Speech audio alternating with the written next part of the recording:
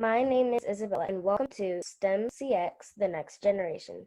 Joining us, we have a group of Black women who call themselves the MacScientists. Their names are Devin, Shoyo, Carrie, and Courtney.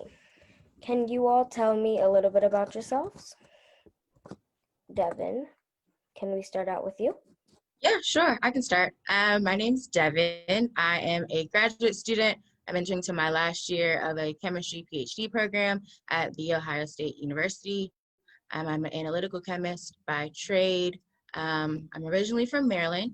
So I went to high school with Courtney and Carrie, and then I went to undergrad at the University of Pittsburgh with Shoyo. So that's kind of how everybody knows each other. Okay, can we have Shoyo? Yeah, hi, I'm Shoyo. I studied computer engineering at the University of Pittsburgh, which is where I met Devin. I currently work as a full stack software engineer in New York City. I'm based in New York City, and I am Nigerian, but I grew up in Ohio and Houston, Texas. Can we have Carrie? Yeah, sure. I'm Carrie Alexander. As Devin mentioned, originally from Maryland. Myself, her, and Courtney went to high school together, so we've known each other since like 2010, about 10-year friendship, which most people don't get. So I'm fortunate.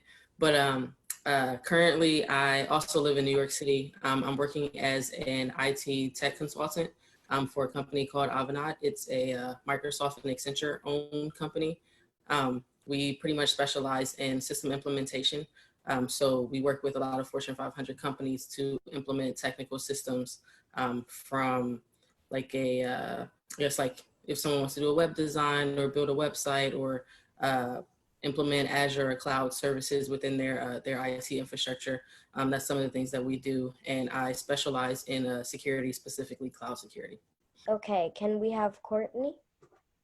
I'm Courtney. I currently live in Washington, D.C. I studied information security in Frostburg State University. I graduated right back in 2016. But as Devin said, I went to Bishop McNamara with them.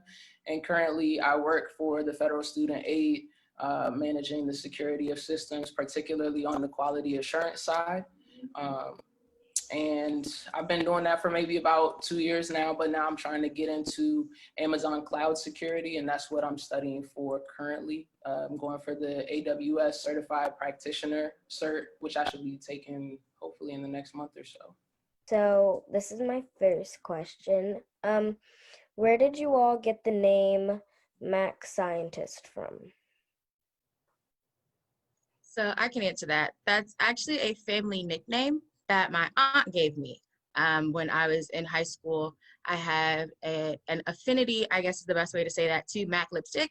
So that's where the MAC and MacScientists comes from, and I'm a chemist, so that's kind of her fun little nickname for me. So when we kind of came together with this idea, I couldn't think of a better name to use to kind of show that people in STEM don't just have to be in STEM. They can also be pretty girly. They can be into lipstick, they can be into sports, they can kind of have a dual personality or as many personalities as they would like.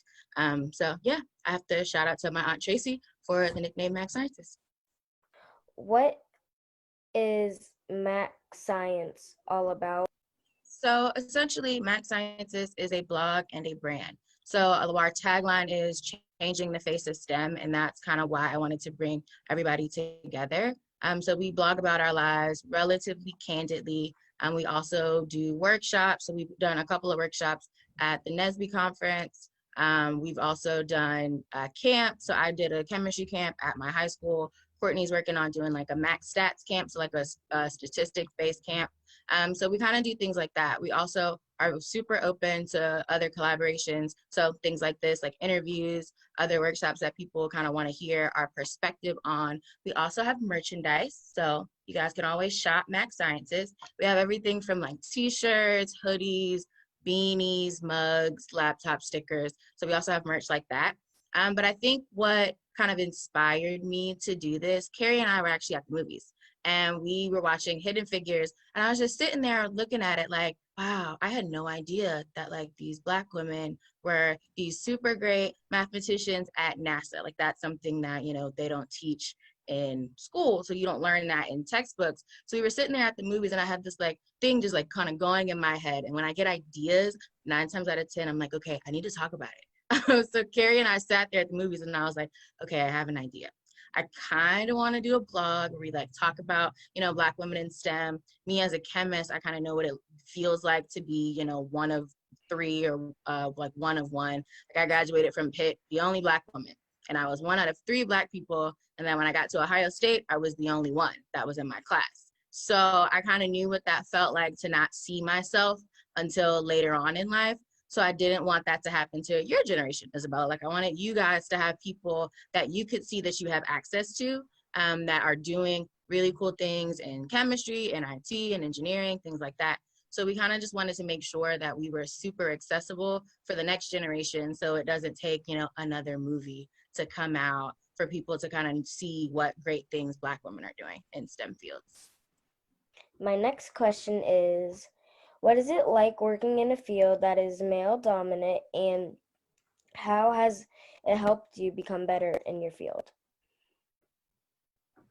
For me, it's a mix of exhaustion. Like it'd be nice to see more people that look like you when you're in meetings and like stand-ups and stuff like that. But through that, I feel like I've gained so much more of a confidence in myself, because I feel like I know I'm here for a reason. I know I need to speak up for my ideas that I have. And I think it's made me become a better engineer than I was if I wasn't a double minority in tech. Carrie, as you four are in different fields of STEM, how do you think that helped this company grow? I think it's an integral part of MacScientists, right? So, as women of color, as Black women in STEM, we're trying to already diversify what that looks like, right, from an outward appearance perspective. But even internally within ourselves, we're diversifying the experiences, right? So, we work in different fields, so it allows us to bring unique perspectives that we may have from different facets of STEM, because STEM is so broad, right? We're talking about 4 industries that can be very different but have a lot of overlap. So I think it helps to diversify the experiences and the perspectives that we bring, and it you know, it kind of makes it a more well-rounded company, or makes us a more well-rounded group as well, because we can find similarities, right? Although we do different jobs, we can find similarities in the things that we do, and bounce ideas off of each other, or share encounters that we may have had, and get advice and things like that. So I think it helps to diversify, you know, us as a company, but also to understand what some of the things are that we may go through despite being in separate fields.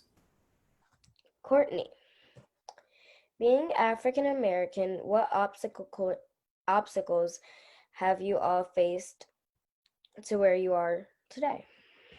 I think kind of like Shoyo said, it made me all the better. It made me a lot more confident when I walk into a room now versus 3-4 years ago when I first got out of school, because it was extremely uncomfortable just being the only Black woman, no question. But it also motivated me to say, well, I hope that I can motivate a young lady or male, whoever, of color or minority to step up and bring their best every time they come into a work setting.